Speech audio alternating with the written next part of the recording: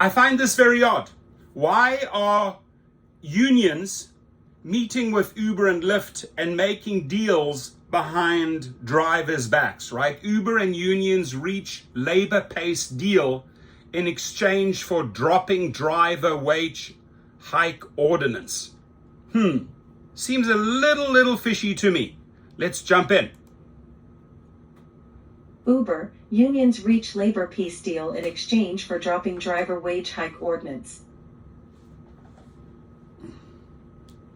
A contentious push to force Uber and Lyft to pay Chicago rideshare drivers more is settled for now after Uber and the unions behind the effort reached a labor peace deal. The Illinois Drivers Alliance, anchored by the Service Employees International Union Local 1 and the International Association of Machinists Mechanics Union Local 701, announced Monday morning that Uber has agreed to not fight its efforts to organize an estimated 100,000 rideshare drivers across Illinois. The deal came just before a scheduled City Council committee vote Monday afternoon on the pay raise package. And by the way, I promoted that, right? Then I'm getting all these messages, oh, we're not even moving ahead. They're not even going to vote on this because the unions are doing like a little backdoor deal quickly, right? Which is very fishy. And to tease up a high-stakes union organizing competition between the Drivers Alliance unions and the International Union of Operating Engineers Local 150, which is also trying to unionize drivers and reached a labor peace deal of its own with Uber this year. As a part of the deal, Uber agreed to support statewide legislation that would give drivers collective bargaining rights but keep them classified as independent contractors, Local 1 spokesperson Bailey Koch said. The unions have not secured a similar agreement from Lyft but are in conversations with the company, Koch said. That legislation would allow the unions to reach beyond city limits to lift up hundreds of thousands of drivers across Illinois, Jeannie Kastrup, president of SEIU Local 1, said in a statement about the deal, which was first reported by Crane's Chicago Business. Ronnie Gonzalez, special representative for the IAM's Midwest region, said the legislation would give drivers a seat at the table to bargain over issues including wages, safety issues, and deactivations. Because they are classified as independent contractors, gig drivers are excluded from the right to unionize under the National Labor Relations Act, the law that protects the right of private sector workers in the U.S. to form unions, bargain collectively and organize without retaliation from their employers. The kind of legislation proposed by the Drivers Alliance would allow the drivers to form a union and engage in collective bargaining, but would not go so far as to classify them as employees. Details were not yet available. That is what they're most worried about. They do not want their drivers classified as employees. They'll do anything. Monday about exactly how the workers' union rights would be structured under such a law. In a statement, Uber spokesperson Josh Gold said the company agrees that the best path forward is to work collaboratively on statewide legislation that protects the flexibility drivers consistently tell us they value most, while also creating a meaningful path to organizing. We are committed to working to advance thoughtful, balanced policy that reflects the needs of today's workers and supports innovation in the economy, Gold said. In a statement, Lyft said it was committed to leading the effort to find a statewide solution that improves benefits and protections for drivers while preserving their flexibility and independence, and without sacrificing riders' ability to afford the service. The company is willing to work collaboratively with all stakeholders to pass legislation that prioritizes both drivers and riders, and would advocate for reforms to improve drivers' working conditions, it said.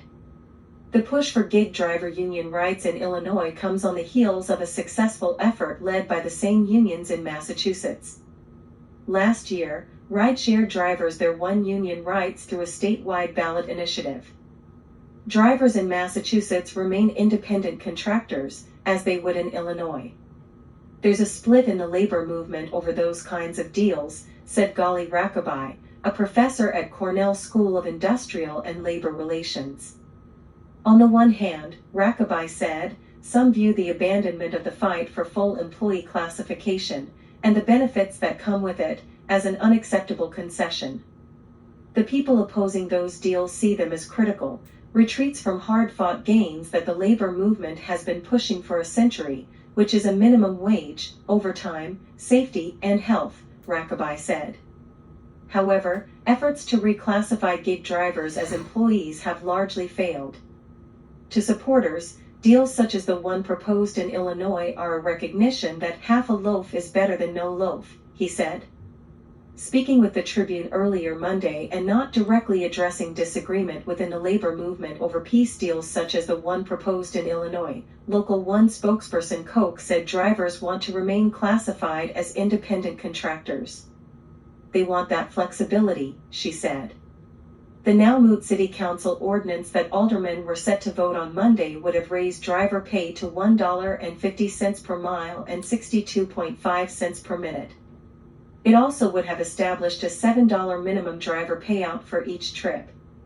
Proponents argued the pay hike would have finally given drivers pay above minimum wage, but Uber and Lyft said the measure would have made ride costs skyrocket and forced them to put thousands of drivers out of work.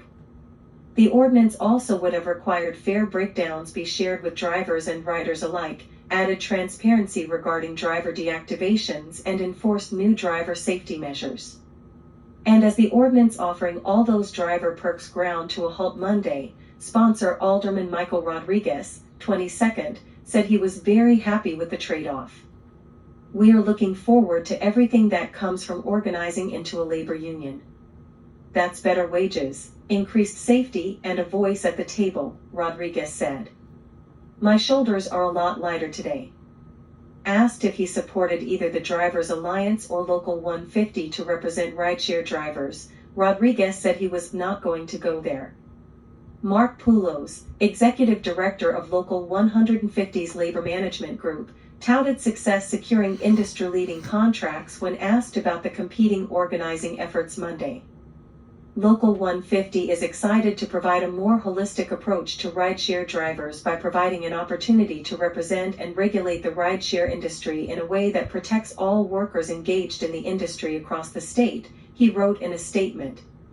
Mayor Brandon Johnson's administration was notably absent at a Drivers Alliance news conference announcing the deal Monday.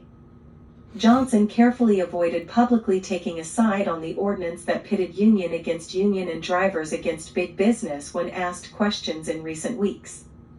Johnson's administration continued to remain neutral behind closed doors and was not involved in the negotiations that landed the deal over the weekend, Rodriguez said. So we'll find out what's going on there. Chicago drivers, you might want to chime in. How do you feel about this? That the unions reach an agreement with Uber behind your backs. Bottom line is, and I had this conversation with Sergio several times, the one thing they don't want is their drivers to be employees. They want them to stay as independent contractors. Leave your comments, please. Thank you.